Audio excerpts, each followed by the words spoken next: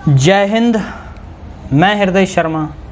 अपन पिछले लेक्चरों से टेस्ट सीरीज की जो श्रृंखला देख रहे थे, उस श्रृंखला में आज एक कदम और आगे बढ़ते हुए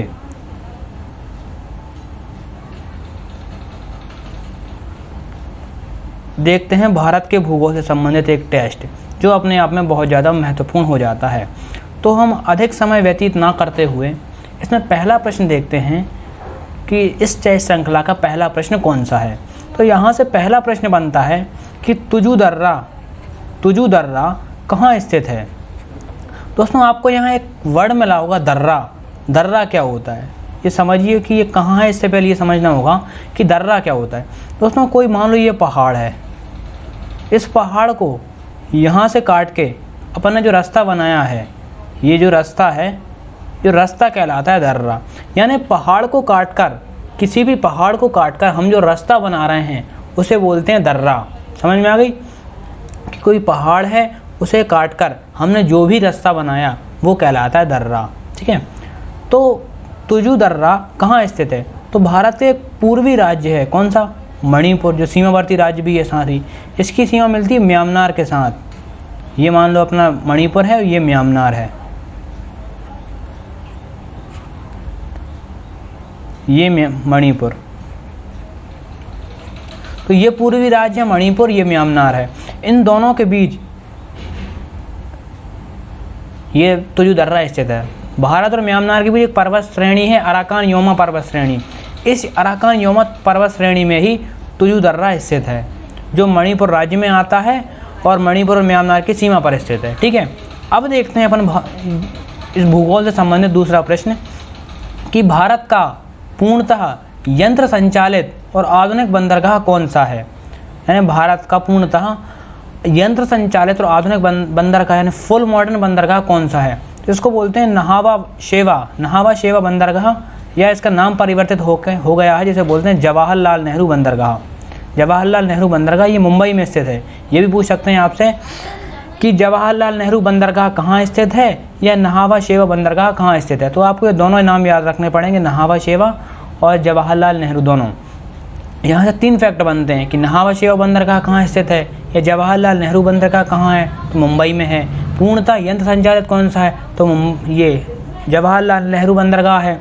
और ये भी पूछते हैं कि सबसे आधुनिक बंदरगाह कौन सा है, तो ये भी अपना मुंबई का जवाहरलाल नेहरू बंदरगाह है। तो ये अपने 2 प्रश्न हो जाते हैं। अब चलते हैं अपनी श्रृंखला के तीसरे प्रश्न की ओर कि हमारा तीसरा प्रश्न जो है वो क्या कहता है। तीसरा प्रश्न है कि भारत में दक्षिण पूर्व मध्य, यानी दक्षिण पूर्व मध्य, मान लो ये अपन इंडिया के मैप में देखते हुए चलते हैं कि भारत में दक्षिण पूर्व मध्य रेलवे का मुख्यालय कहाँ है। कि दक्षिण का थोड़ा सा इलाका ये पड़ता है, ये कहीं ना कहीं पूर्व में भी इसका कनेक्शन होता है, दक्षिण में भी कनेक्शन होता है और मध्य में भी इसका कनेक्शन होता है। तो छत्तीसगढ़ में एक स्थान आता है, कौन सा? बिलासपुर छत्तीसगढ़ में स्थित है, बिलासपुर। तो दक्षिण पूर्व मध्य रेलवे का मुख्यालय कहाँ है, तो ये आपको याद रखना होगा, ये बिलासपुर में है। ठीक है। अगला प्रश्न देखते हैं कि केवल महिलाओं द्वारा संचालित भारत का पहला रेलवे स्टेशन कौन सा है।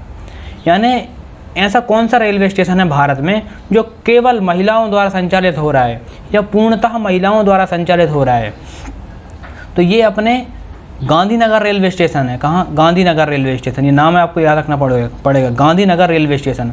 अच्छा, ये कब हो गया था पूर्णतः महिला संचालित? तो ये डेट आपको बहुत इंपॉर्टेंट है, 19 फरवरी 2018 में महिला संचालित हो गया था ये पूरी तरीके से। कौन से शहर में है ये? तो ये अपने जयपुर में पड़ता है। ठीक है, ये भी आपको याद रखना होगा, कहाँ पड़ता है? जयपुर में। केवल महिलाओं द्वारा संचालित पहला railway station Gandhinagar railway station. कब हुआ महिलाओं द्वारा संचालित? 19 फरवरी 2018 को हुआ। किस शहर में है? तो जयपुर में है।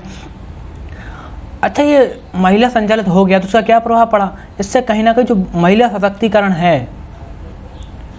सशक्तिकरण है उसको बढ़ावा मिला है। महिला सशक्तिकरण को प्रोत्साहन मिला है। ठीक है, ये आपको याद रखना पड़ेगा। महिला सशक्तिकरण को प्रोत्साहन इसको आप लिख सकते हो जब भी आप कभी महिला सशक्तिकरण किसी भी मतलब इकोनॉमिक्स में लिखो, चाहे कहीं भी लिखो या सोशियोलॉजी में लिखो कि आप महिला सशक्तिकरण के लिए क्या प्रयास किए गए हैं भारत में, ऐसा प्रश्न जब भी आपसे पूछे तो वहाँ आप इसका एग्जाम्पल लिख सकते हो कि गांधीनगर रेलवे स्टेशन महिलाओं द्वारा संचालित भारत का पहला रेलवे स्टेशन है। ठीक है, तो ये प्रश्न हो गया। अब चलते हैं अपने 5वें प्रश्न की ओर कि 5वां प्रश्न हमारा क्या कहता है। ठीक है, अब देखते हैं अपन अपनी श्रृंखला का 5वां प्रश्न कि हमारा 5वां प्रश्न क्या है। हमारा 5वां प्रश्न है कि भारत में सबसे बड़ा सुपारी उत्पादक राज्य क्या है। भारत में सबसे बड़ा सुपारी उत्पादक राज्य कौन सा है? तो सबसे बड़ा सुपारी उत्पादक जो राज्य है भारत में कर्नाटक है।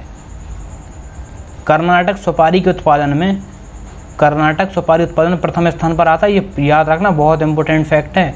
सुपारी उत्पादन में प्रथम स्थान पर आता है, ये आपको लिखना है। सुपारी उत्पादन में प्रथम। ठीक है, ये हो गया। सबसे बड़ा सुपारी उत्पादक राज्य कौन सा? अपना कर्नाटक है। अगला है श्वेत क्रांति के जनक। जो श्वेत क्रांति है, इसको ऑपरेशन ऑफ फ्लड भी बोलते हैं, उसके जनक कौन हैं? उसके जनक है अपने वर्गीस कुरियन। वर्गीस कुरियन, ये इसके जनक माने जाते हैं। ठीक है, अच्छा, श्वेत क्रांति होती क्या है? जो दुग्ध उत्पादन में असीमित वृद्धि होती है, दुग्ध उत्पादन से में वृद्धि संबंधित है ये। ठीक है, ये आपको याद रखना पड़ेगा। ये भी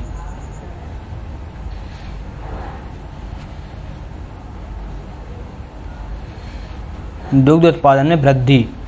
अच्छा, ये कब हुआ होगा, किस दशक में? तो वर्ष 1970 के दशक में ऐसा हुआ था। वर्ष 1970 के दशक में जो दूध था, जो पशुधन था, उसमें वृद्धि हुई और कुछ ऐसी तकनीकें आ गईं जिसके परिणाम स्वरूप जो दुग्ध उत्पादन था उसमें कहीं ना कहीं असीमित वृद्धि हो गई। और इस जो दुग्ध उत्पादन में असीमित वृद्धि हो रही है उसका कारण, उसका श्रेय जाता है कहीं ना कहीं वर्गीस कुरियन जी को, जो श्वेत क्रांति के जनक भी कहे जाते हैं। ठीक है, ये हो गया अपने आप। अब चलते हैं अपने श्रृंखला के 7वें प्रश्न की ओर कि हमारा 7वां प्रश्न क्या बनता है। अब देखते हैं अपन अपनी श्रृंखला का 7वां प्रश्न कि मृदा स्वास्थ्य कार्ड योजना, मृदा स्वास्थ्य कार्ड योजना का ध्येय वाक्य क्या है। तो सबसे पहले आपको ये जानना पड़ेगा कि मृदा स्वास्थ्य कार्ड योजना क्या है, ये जानना पड़े, ये भी आपके लिए आवश्यक हो जाता है ना।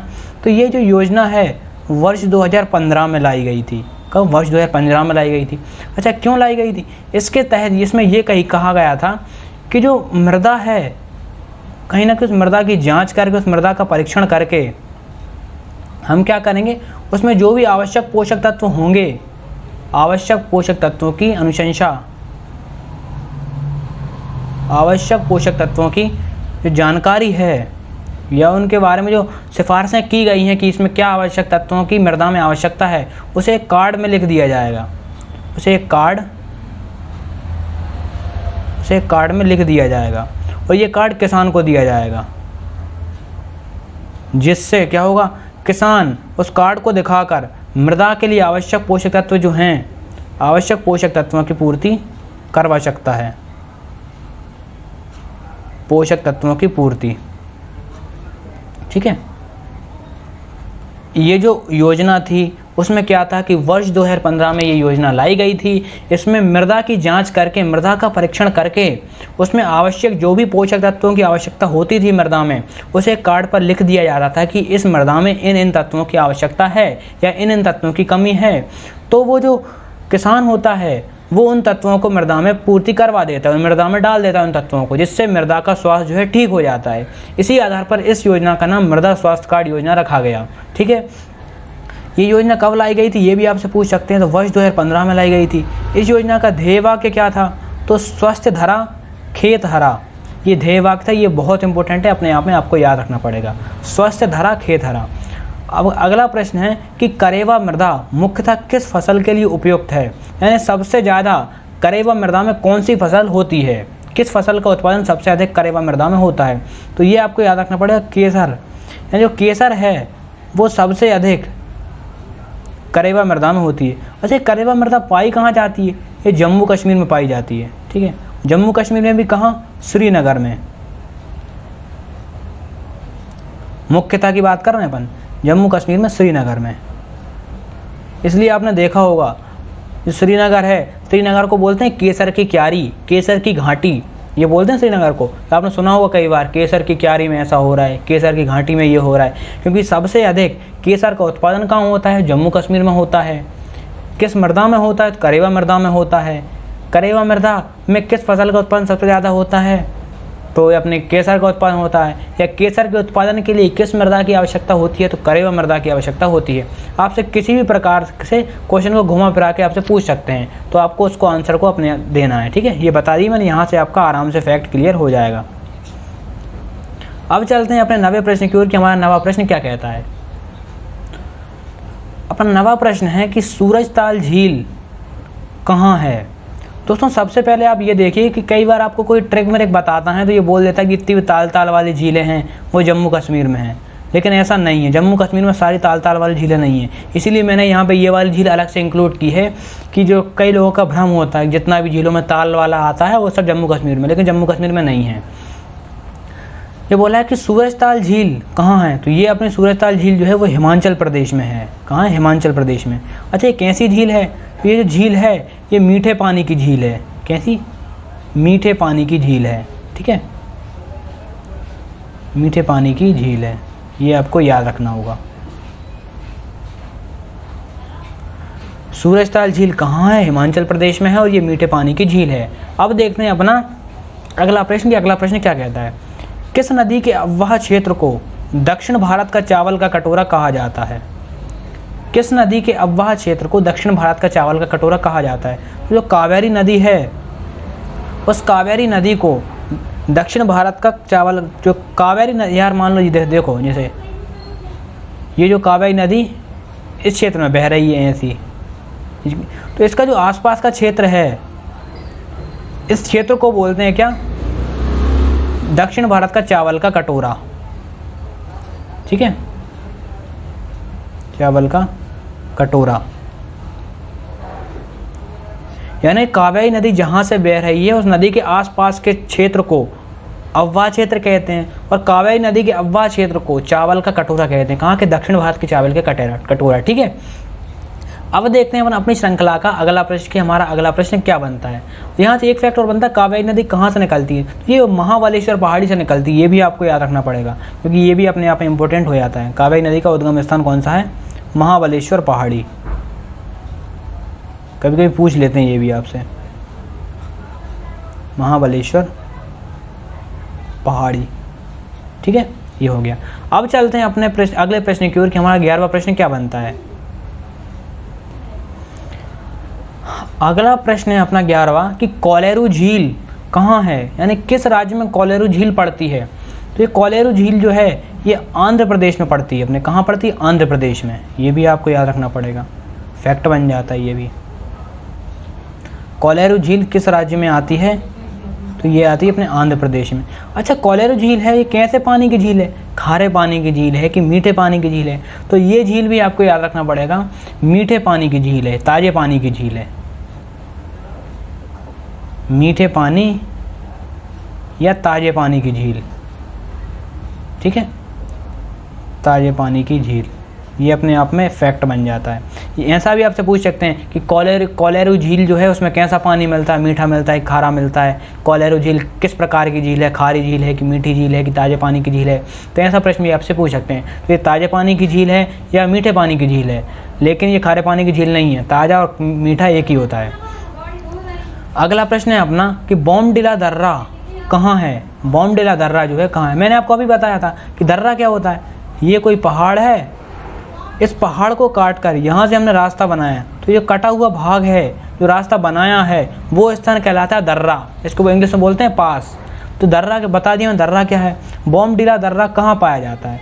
तो अरुणाचल प्रदेश में पाया जाता है। ये बॉमडिला दर्रा अरुणाचल प्रदेश में पाया जाता है।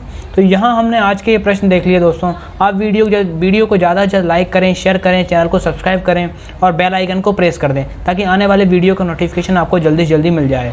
धन्यवाद दोस्तों, जय हिंद।